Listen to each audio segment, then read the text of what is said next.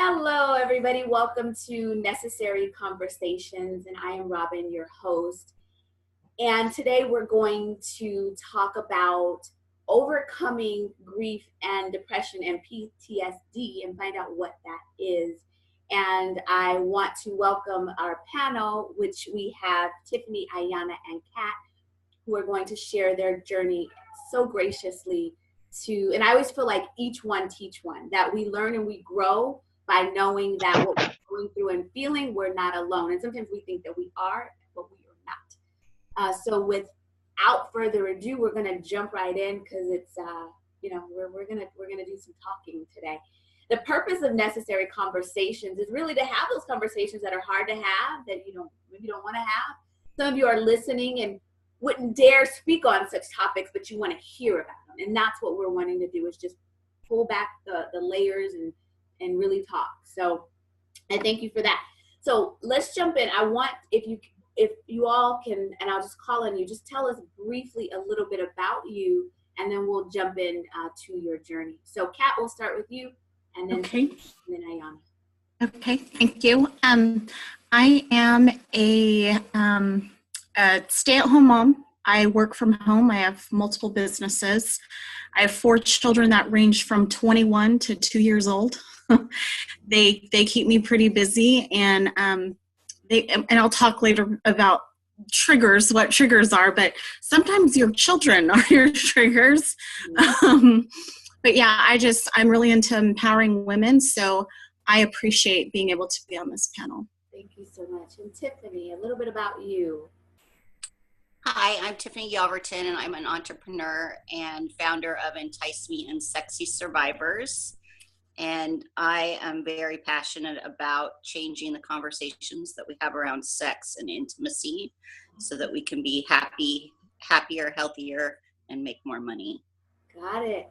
And you inspired me by the conversation we had before. I'll have to talk about that. Like, really, you did. And then Ayanna, tell us a little bit about you. Well, my name is Ayanna. I am 40. I work for the cable company, Spectrum. Been there for 13 years. No kids. And that's part of my story. I don't know what else to share. But that works. I'm glad I'm here. Thank you. I applaud you all. So, I always want to take a deep breath because you all are telling your journey. So we will start with, I'll go back to Kat. And you say PTSD. So we say grief, depression, and PTSD. So if you can tell us, because I think when people think PTSD, they think of the armed forces and coming back from the war, and that's not necessarily the case for you. No. So if you could share with us, kind of summarize your journey, and then we'll come back and chat. But what is the challenge that you have, and kind of how it got to that? Okay. PTSD, which is post-traumatic stress disorder, it can be, there's an acute version of it, and then there's a long-term version of PTSD. So when we spoke about grief and depression can be, Sorry. That's okay. Mute my phone so it wouldn't go off. No, you're fine. You can feel grief and depression when you have PTSD. As we were talking, I was trying to think and pinpoint, how did I get PTSD? Where did it stem from? And it actually stemmed from multiple things that have happened to me. From the age of 6 to 12, I was molested. I grew up in an alcoholic home. There were a lot of emotional stresses. I was not physically abused as a child, but a lot of emotional abuse. I remember in high school feeling very suicidal. Thank God I didn't know how to execute a suicide, obviously, because I'm still here. But I remember feeling like, I don't want to be here. I'm tired of this. I'm not happy. This is not something I want to keep doing. And at the age of 16, 17 years old, you haven't even really lived a life yet. So that, along with being in an abusive relationship for 3 years, it kind of compounds and it gets worse. And with PTSD, you have triggers. I talked about triggers.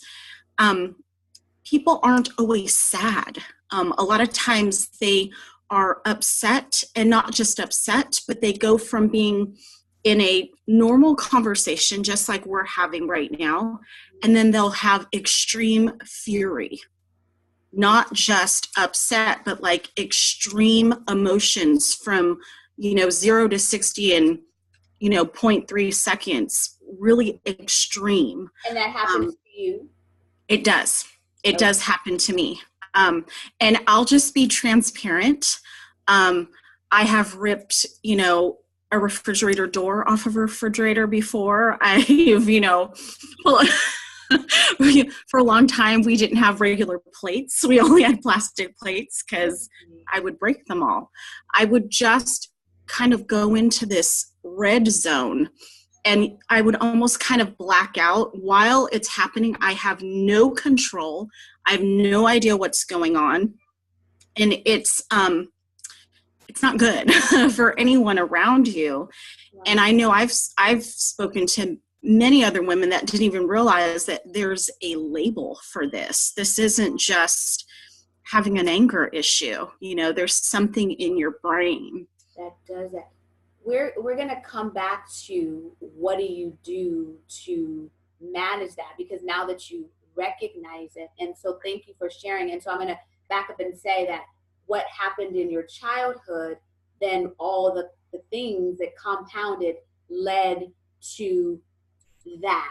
And so with PTSD, did you get it, and then always correct me if my terminology isn't right, did you get it professionally diagnosed, or was it? I did. You did, and you knew I that? did. But I wasn't, I was in my 20s. I thought that I knew all these things happened, and I knew that they affected me, but I didn't know that there was an actual label for it.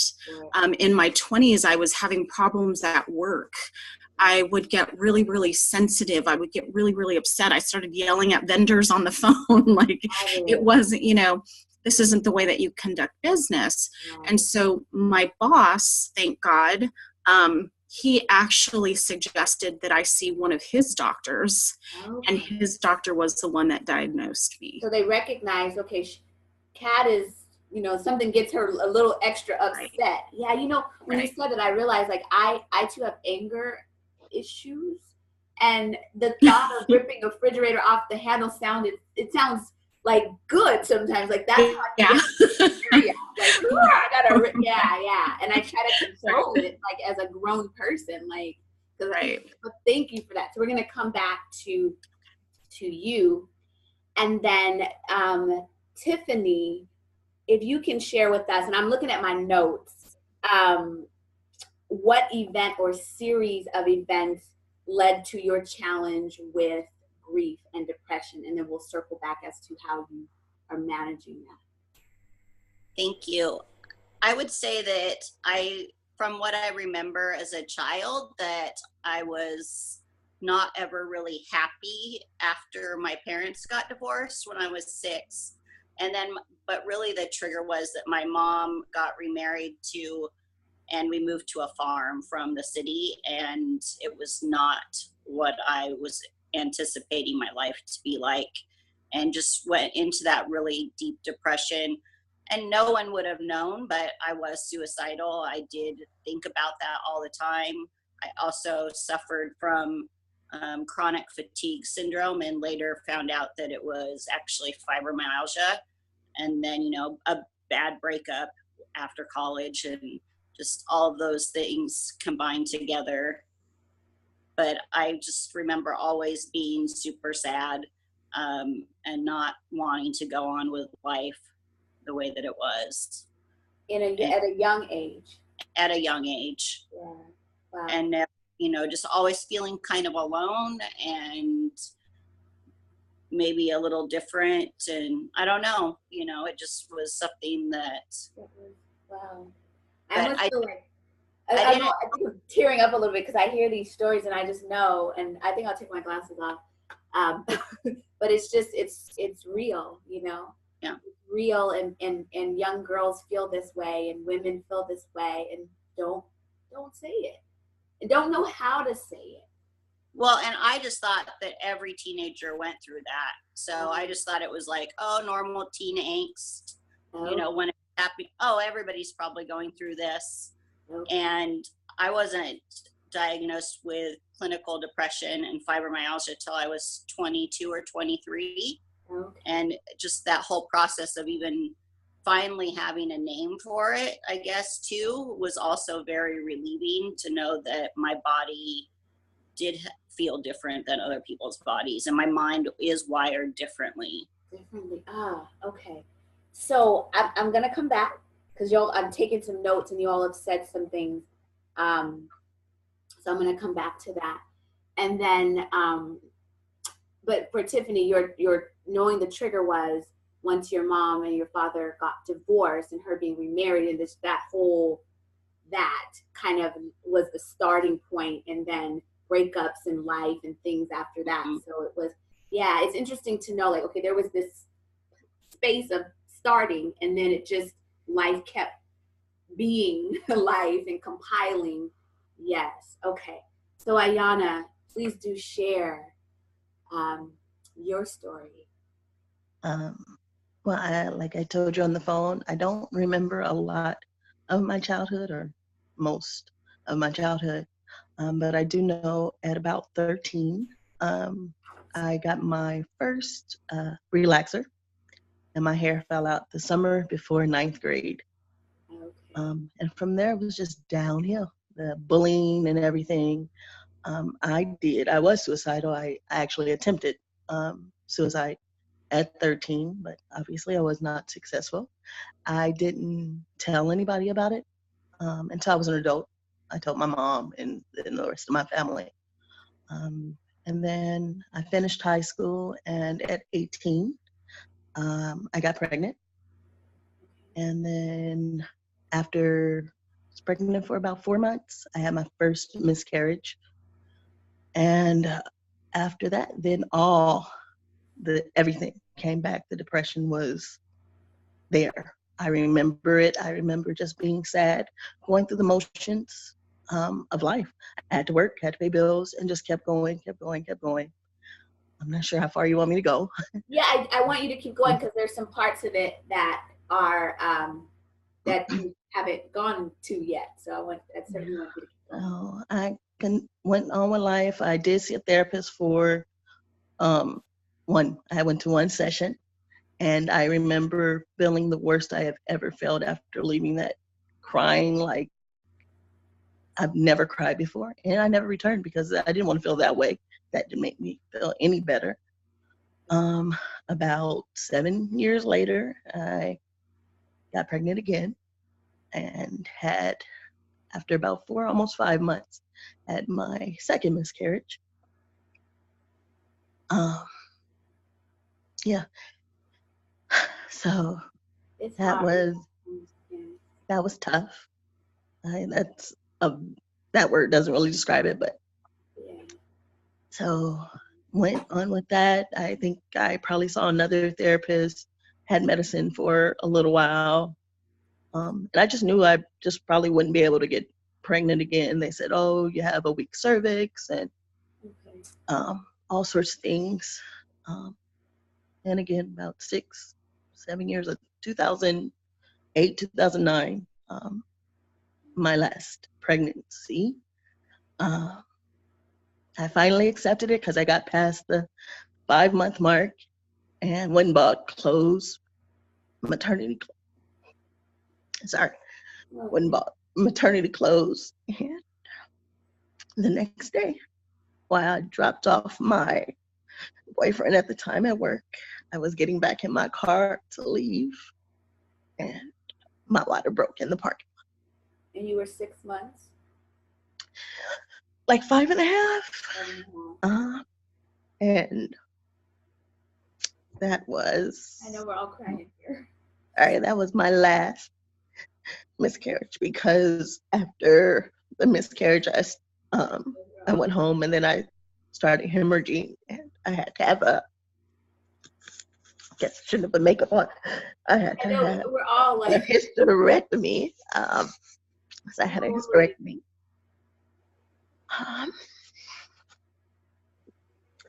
After that, I got really depressed, and I went to go see, because I had the cerclage. I don't know if you know, where they stitch up your cervix to make sure you don't miscarry again, because they said I had a weak cervix. So I had that. So I really thought this was going to happen. I was going to be a mother. But that didn't work. So at my follow-up with my GYN, she asked me how I was feeling. And she said, am I suicidal? And I said I was. She made me go. And I checked in to a facility for about, I did like 3 days, and it was an okay experience. I don't want to go back, but I was able to talk about a lot of stuff that I hadn't been able to talk about, because I had been just going through the motions, living life, going. So to just sit in it and actually deal with it was a good thing. yes, you said it. I think, So I could keep going. I know. And there's one more part you're leaving out I know. Yeah. You're willing to share. And so after accepting my life at what it is, in 2017, I was diagnosed with stage 3 breast cancer. So yeah, it's been a journey. I finished my treatment, which was a mastectomy, chemo, and radiation, a double mastectomy, chemo, and radiation, in 2000. What are we in 19? So 2018, I finished treatment and everything, and I am good at this point.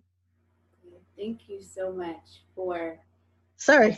No, don't be. This is the deal. It's real. It's real, and yeah, all of us are like. I know it's hard. It's real. It's real, and just imagine. It's like we go through these things, and we're just like, why do I have to go through this? Like, why me? And then, but part of it is knowing that your journey is not in vain. That it is.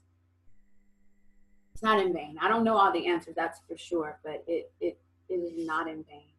And thank you so much for sharing and being so transparent. And yeah, we'll come back to you, Ayanna. Whew, I know. You're brave. Yeah. Like I love you. Like you are amazing, and you are brave, very brave. Thank very you. Brave. And just able to give strength to others. Very, very brave. We'll come back to you. Okay. Yeah, this is tough. I mean, I wanted this. Kat, are you okay? I know. Okay. It is it's real and it's raw. But you're here. You're sitting there, telling your journey, and definitely you're going to help uplift other women. So, I had to take a deep breath on that. Managing all of this, right? Because as we know, life is deep. I'm actually going to go out of order this time. I'm going to go to you, Tiffany. With your understanding your grief and your depression and things that have happened to you now today, how do you manage? And you enlightened me with some of the ways that you manage, and I was like, you know what? Yeah. So tell us the journey from discovering in your 20s to now managing, and we have our periods where we're not always thriving, but we have some tools and techniques. So Tiffany, share what you were able to do to be today. I did traditional therapy, and I was really like, gung-ho about it, because I didn't want to be on medication. I'm try to do everything as natural as possible in my life, and I'm not a big pharma person. And it got to the point where my therapist said, we've talked about everything that we need to talk about. And if you don't do medication, then there's really not, you're not going to ever get better, because it's not the things that have happened in your life. It's the brain, the chemicals in your brain. And so, you know, finding the right medications, I would go on them, go off them. I didn't like the side effects for years and years. And in that meantime, I did find that self-pleasure was really what gave me a different outlook on my life and a different strength and confidence. I'm going to stop you for a second. Self-pleasure is what? Is masturbation. Okay. And creating your own love. So I found, you know, went through a journey of sexuality and really discovered my body and what made me feel good, and getting really sinking into feeling things and acknowledging them. And then when I had my first orgasm that was brought on by a vibrator, I was just overwhelmed with the thought that I had never experienced this pleasure before. And it really changed the way that I thought about my body, about how my confidence levels were. And that really changed everything in my life from that point, and allowed me to do things that I didn't think I would do. And what I've found since then as a sexuality educator is that when we have an orgasm and our brain chemicals and dopamine, serotonin, and oxytocin are released into our brain and into our body, when we're with someone else, that chemical, the oxytocin, is called the cuddle chemical, and it creates that bond, an emotional bond with another person. But when we create the orgasm ourselves, those chemicals are still released, and it creates self-love for us. Really? And allows us to do things that we wouldn't normally do, push past boundaries, and also fall in love with your own body, which I think is so important, because I used to weigh 100 pounds less than I do now. And I really thought I was fat. And looking back, I really was not, obviously. And, you know, and then in combination, you know, finally getting to the point where I knew I needed medication as well. And I knew things had come on the market, and I found doctors that prescribed a combination of a cocktail of drugs that really work well for me. And I still get depressed. You know, my mom died and I went through a deep tailspin. I get depressed, I get blue. So it allows me to still feel, but they allow me to live. And, you know, I've done more therapy over the years. I do emotional freedom technique, which helps with tapping on meridians and using reprogramming the neurological pathways. I do a lot of work every day. I read personal development, but you know, sexuality for me is what really keeps me happy and joyous and loving my life every day, no matter what I'm going through. I love that, because I will tell you, you said that to me, I never would have thought, honestly, I was like, you know what? That works. Seriously. This is the thing. In a future necessary conversation, we're going to do one just about sexuality and self-pleasure and all of that, because that's a whole topic, and that one is definitely a conversation that needs to be had, and one that people don't have. So we're gonna have to have you back on that one. But that, it was powerful. Even how you explained the chemicals and love that, Tiffany. That is good stuff. And it's okay to speak on it, to do it, to understand. Love it. Love it. If I could kiss y'all, if we were in the same room, I'd be in somebody's lap right now. Like, oh my gosh, I love you for that. Thank you for that. We're gonna come back to you for some other questions, but that one's good. So you do therapy. Is that true? You do therapy. You do some medications and self-pleasuring, and that is how you keep it going.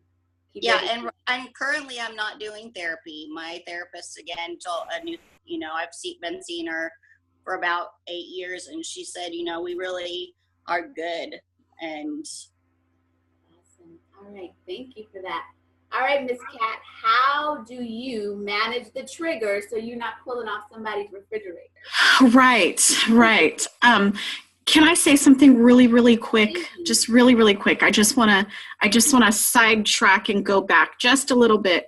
First, Tiffany, thank you, because you made me realize that I did some things earlier on in life that actually helped me along this path, and I didn't realize that it helped me. I probably would have been a lot worse off had I not been self-pleasuring. So thank you for pointing that out.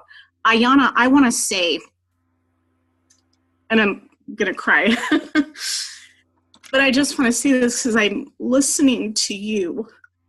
And this is amazing, first of all, Robin, because it's raw and it's real. But I want to say to you, Ayanna, that I still can see a lot of pain and a lot of anger. And I know that, you went to a place and you were able to talk about it. But what I pray for is that you get to a place, because I see this beautiful woman, and I know that the reason you went through all these things is because people have to hear your story. But you have to get to a place where you actually have strength from it. I don't want to call you a victim, because you're not a victim. You're a survivor. You've survived all these things, but I didn't want to go on without saying to you that I see this beautiful woman that is going to empower so many. Like, you have no idea. You have no idea how strong you actually are. Yeah. I don't know you, but I want to tell you that in those moments that you feel like, God, why? Because you're chosen to help so many. A lot of times we don't ask for this, but we're chosen, and we're chosen because we're created a certain way. I just want to say that. I didn't want to go on without saying that I do. I see this beautiful woman that's going to really create some strength for some women. So women need you, and they need your story. Yeah. Okay. You said it right. You're chosen. Thank you. It's so why am I chosen? I don't want to be chosen. Exactly. Like, could I have at least left some of these off, right? Like, why were all these boxes checked off? But I don't want to take too much more time with that, but I did want to say that I didn't want to go on without telling you that I do. I see this beautiful woman, and I see how empowering your story is. And you may not be at that point right now. You're probably just coming through it. And then there's more stuff, right, added to it. But you're powerful. You are powerful. Very. Thank you. Sorry. So coping for me, because I know the signs, I can feel when I've been triggered. Sometimes my hands will sweat, and I'll start to hear my heartbeat from the inside. And I know that I'm about to go into a really dark place. And I just have to kind of take a time out, and I have to realize you are not where you were. You are not who you were. You're not in that place. You're in a far better place. And this thing, that whatever it is that's triggered you, is not about you. Okay. I have to speak to myself. Okay.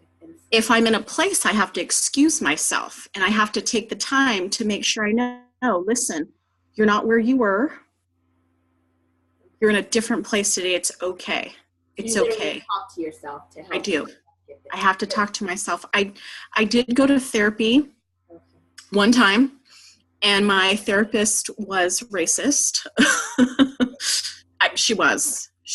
I was trying to talk about my molest, and all she wanted to tell me about were statistics of African men, or African American men and how they didn't stay with their women and how they didn't father their children. And I didn't know where all of this was going because I wanted to talk about my molest. I never went back to her, and I never went to anybody else. I'm a believer. I go to the Word a lot, but just remembering who I am today, remembering that I'm not in the same place. I'm not who I was. I may not be exactly where I want to be, but I'm definitely not where I was. Did you have to get medication at all? I did. I was on medication when I was in my 20s, and my boss suggested that I see that doctor. He did put me on Lexapro. Okay. Is that? I may be totally messing up that name. And I'm going to ask a question about medication too, because I want to get some clarity from all of you on it. But so you did get to medication, and then you were able to talk yourself calm. Yes. And I was on medication, and then I came off of it. I got pregnant, and actually later on learned that I probably should have just stayed on it. But I didn't know what it would do to the baby. So I came off of it. And then a couple years after having my son, I had to get back on it for a little bit. Sometimes other things happen that become a trigger that you can't control. And so you had to. So then, got it. I thank you for that, and we'll come back. Ayanna, I'm going to come to you, but Tiffany, you had said something to me before that you made a decision not to have children. Is that correct? Did I get Well, I did. I know with the medications that I'm on, they are not, you cannot be pregnant while you're on them. And my doctor my OB talked to me about, that I would need to be off the medication for a good 6 months before I would get pregnant, if not a year, to clear it out of my system, and then be off of it during pregnancy and during breastfeeding. And she highly recommended that not happen because I can't function, it would be a risk to my own health if I was off the medication. And also I found that after, things that I found out about myself, I was able to recognize that. There you go. Someone scam trying to call in. That my mother and my grandmother also suffered from depression, and my grandmother, both of them eventually got on medication as well. Okay. And I didn't want to pass that on as well. Got it. Thank you for that. So Ayanna, how are you coping and managing today? What are your go-tos, and what's part of the journey for living your life today? I pray a lot. I listen to a lot of gospel music when I get there, and then I do a lot of putting things into perspective, because it could be worse. Yeah. It's been a lot, but it could be worse. I'm just now able to sit in the whole, I went through cancer, and sit in it. And when I was going through it, it was just appointments and treatment, not dying, hospital visits. It was all that. Now that I am like, good gosh, what did I just go through? I think the depression, I have moments when it is coming back, especially the whole body image thing, because it's different not having breast and being single. So I'm trying to get to loving myself again. I do take medicine, probably not as regularly as I'm supposed to, but I do have a prescription for Wellbutrin, and it actually works. I've been on medicine on and off, like the combinations of this and that, and anxiety medicines and antidepressants and just everything. And so I'll probably go back and see a therapist again. But I think I'm in a really good place because I am, I realize now I don't want to die. So, because I was this close. So, Yeah. but a lot of prayer, A lot of- dealing with my family, staying busy. Do you have a good support network? Yes. Yes, that means yeah. You hang out with Carrie, don't you? Do you? Carrie? Yeah. Yeah, she's cool people. So Yeah. yes. I wanted to ask this question before we wrap up. Well, with the medications, and anyone can chime in on this one. Well, I guess I'll go around.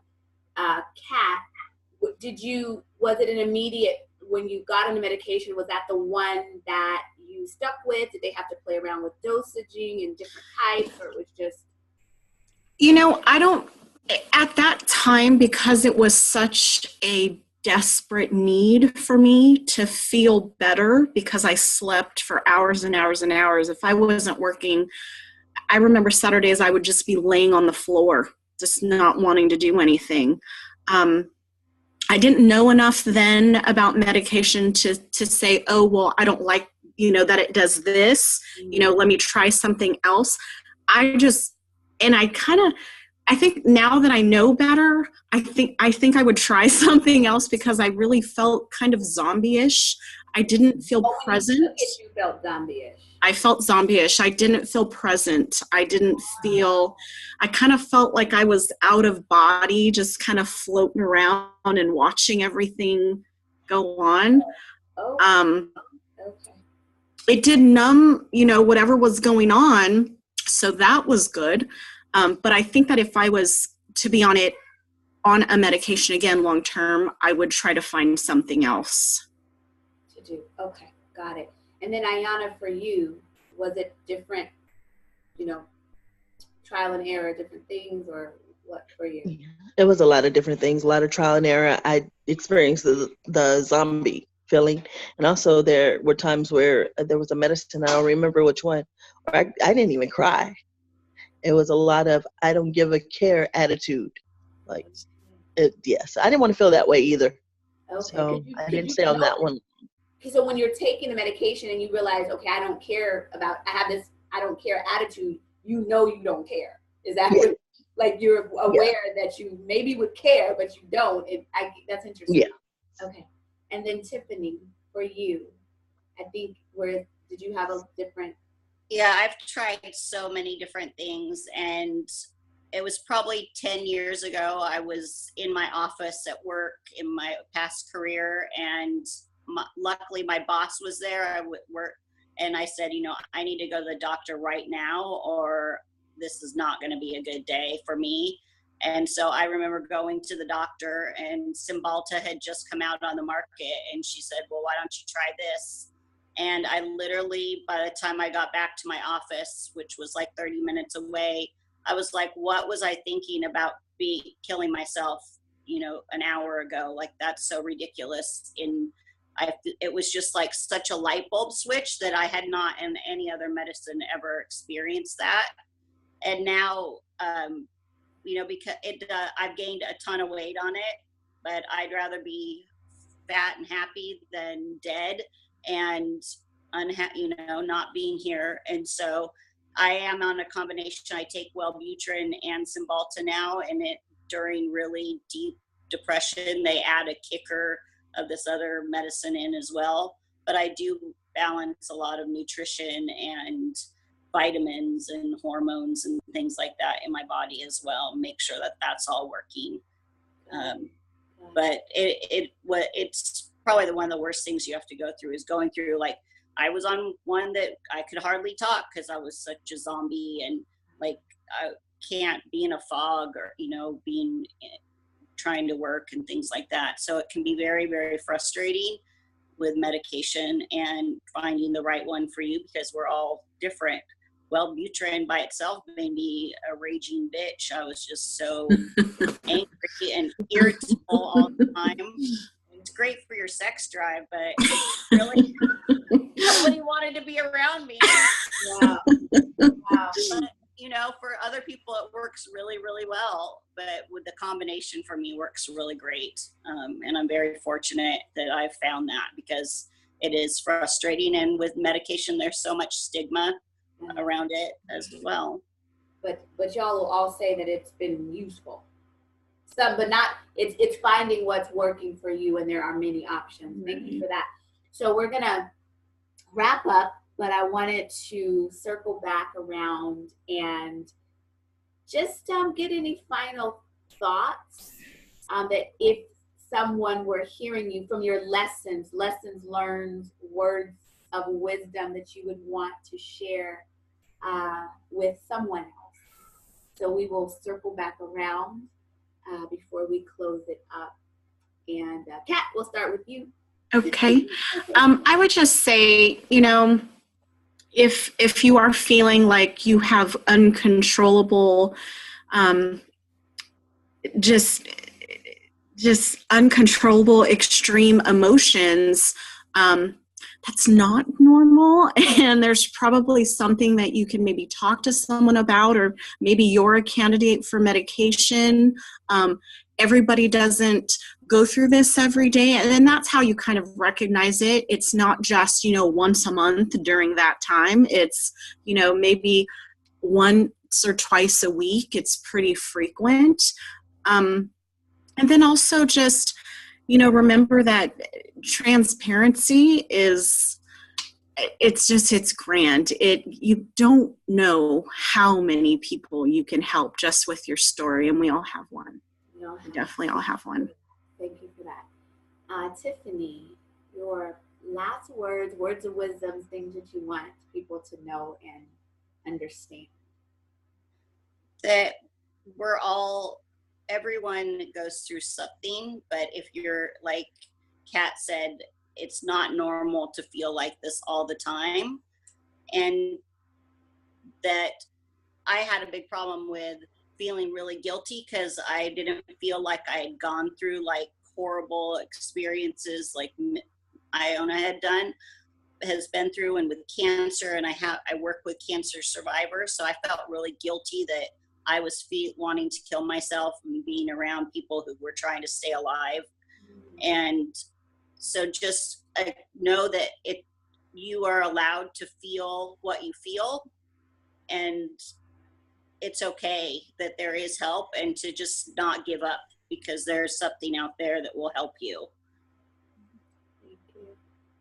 All right, Ayanna, to whom I feel that there is a book coming out in your future, and you must write a book. I'm just telling you that, and Kat knows it, and Tiffany knows it, and we all know it. So did you know that you have to write a book one day? I am a writer, so that, oh my thank gosh. you for that confirmation. Yeah, absolutely. So I just needed you to know that in case you did not know. So your last words of wisdom that you would want to share, and for people to take away from you. Depression happens. It's real. In the African American community, a lot of us say, "Oh, you need to go pray about it. Oh, medicine is there for a reason. Seek it, don't sin it, and it is not good to be miserable, and you're not ungrateful because you're sad. So get the help you need because it's available." It's available. That's yes.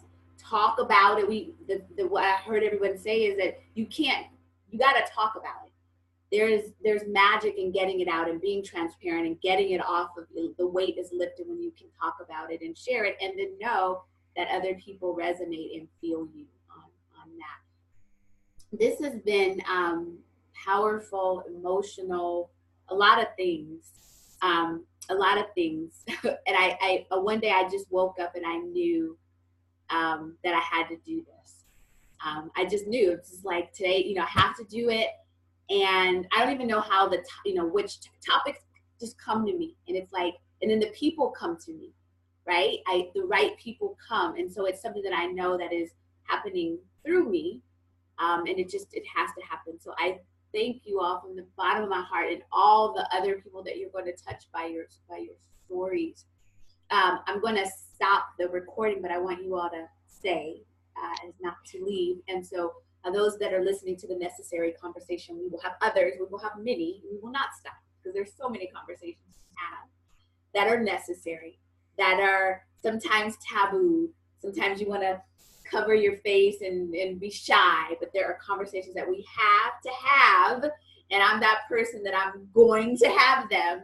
And some of them, you know, I don't know, we're going to have them. So stay tuned for more necessary conversations. This is Robin Allen, your host, nutrition expert, but also the founder of Necessary Conversations. Think well, eat well, and be well. Till we meet again, we will be here again. We'll see you soon.